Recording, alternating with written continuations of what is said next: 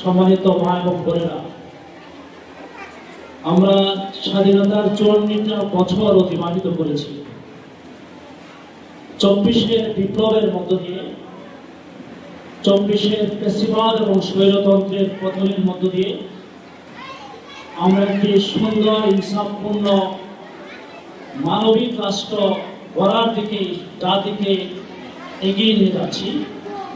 আমরা 24-এর পরে এদেশের মানুষের মধ্যে রক্ষা থেকে পঞ্চগড় প্রত্যেকটি প্রান্তে মানুষের মাঝে আগামী দিনে একটি ইনসাফপূর্ণ কোরআনী সমাজ, ইসলামী সমাজ বিনির্মাণের স্বপ্নে এদেশের মানুষগুলো বিভোর হয়েছে। মানুষের প্রত্যাশা আগামী দিনে একটি ইসলামী সমাজ বিনির্মাণ করতে হবে। সম্মানিত বোনেরা, আমরা লক্ষ্য করছি, আমরা যদি আগামী দিনে ইসলামী সমাজ বিনির্মাণ করতে চাই, অথবা যারা আগামী দিনে এদেশে সরকার গঠন করবে, এই দেশ পরিচালনার দায়িত্ব নেবে, দেশ পরিচালনার ক্ষেত্রে সুযোগ করে দেওয়ার জন্য আমাদের মা এবং বোনদের ভূমিকা সবচেয়ে বেশি অগ্রগণ্য থাকবে। আপনারা একটু বুঝতে সুবিধা হবে, বাংলাদেশে যে পরিমাণ পুরুষ ভোটার রয়েছে প্রায় সম পরিমাণই মহিলা ভোটার রয়েছে। বিভিন্ন কারণে পুরুষ ভোটার যারা রয়েছেন তারা সকলে ভোট দিতে পারবেন না। পুরুষ ভোটারদের মধ্যে ভোটের পার্সেন্টটা কম হবে, কিন্তু বোনদের মধ্যে মহিলা ভোটার ভোট দেওয়ার ক্ষেত্রে তারা পার্সেন্ট বেশি হবে এবং অংশগ্রহণ বেশি হবে। এজন্য আগামী দিনে যারা এই দেশ পরিচালনা করবে, এটা নির্ভর করে বোনদের ভোটার, মহিলা ভোটারদের সাপোর্টের মধ্য দিয়ে। এই জন্য সম্মানিত বোনেরা, বোনদের প্রতি এই গুরুত্বপূর্ণ অবদান রাখার ক্ষেত্রে বোনদের গুরুত্বপূর্ণ ভূমিকা রাখা অত্যন্ত প্রয়োজন। প্রথমত হচ্ছে আমাদের প্রত্যেকের জন্যই রব্বুল আলামিনের পক্ষ থেকে নির্দেশনা এবং ঘোষণা, আল্লাহর এই জমিনে আল্লাহর দ্বীন কায়েমের দায়িত্ব আমাদেরকে গ্রহণ করতে হবে, দায়িত্ব পালনের জন্য আমাদেরকে কাজ করতে হবে। রব্বুল আলামিন বলেছেন, আনাকিমুদ্দীন ওয়ালা তাতাফাররাকু ফীহি, তোমরা সমষ্টিকভাবে সকলে মিলেমিশে একত্রিত হয়ে আল্লাহর এই জমিনে আল্লাহর দ্বীন কায়েম করার দায়িত্ব পালন করতে হবে। সম্মানিত বোনেরা, এজন্য আপনাদেরকে আল্লাহর এই নির্দেশনা অনুযায়ী সিদ্ধান্ত নিতে হবে।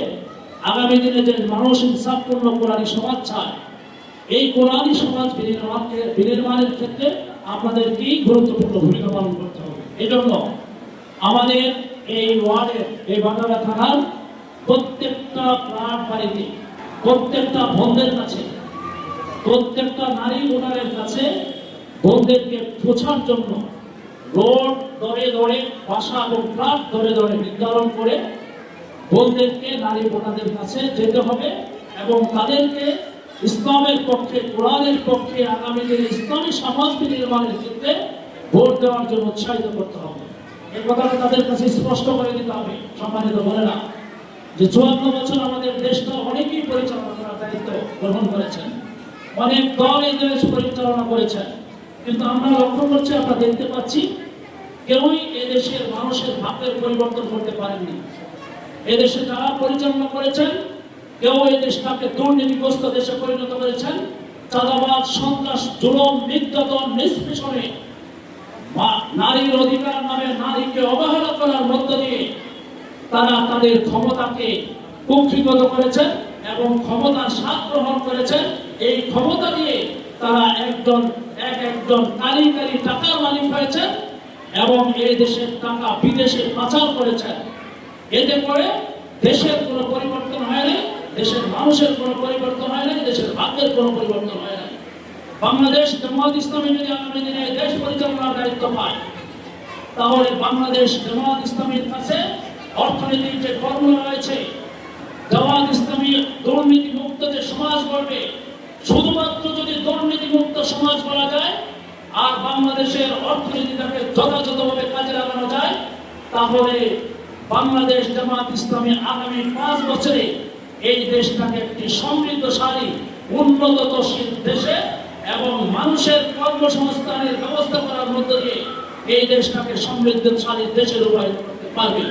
এজন্য আপনারা বন্ধের পাশাপাশি বাড়িতে গিয়ে আহ্বান করতে হবে। 54 বছর সকলকে দেখার সুযোগ হয়েছে, একবার একটু জামাত ইসলামীকে দেখেন।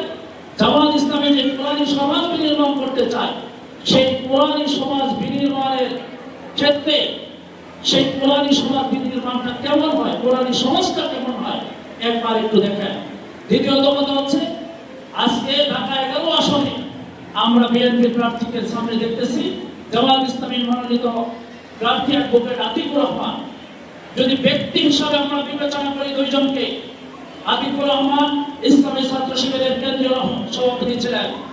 আতিকুর রহমান মাদ্রাসা থেকে কামেল পাস করেছেন।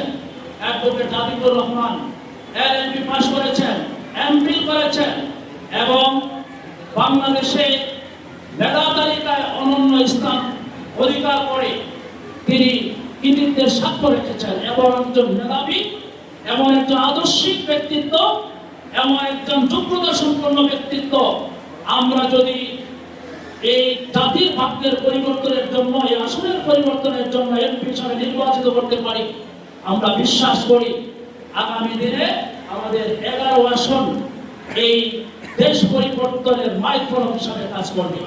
এই জন্য আতিকুর রহমানের যে যোগ্যতা রয়েছে, সেই যোগ্যতাটাগুলো আমাদেরকে আমাদের বন্ধের কাছে পৌঁছে দেওয়ার জন্য চেষ্টা করতে হবে।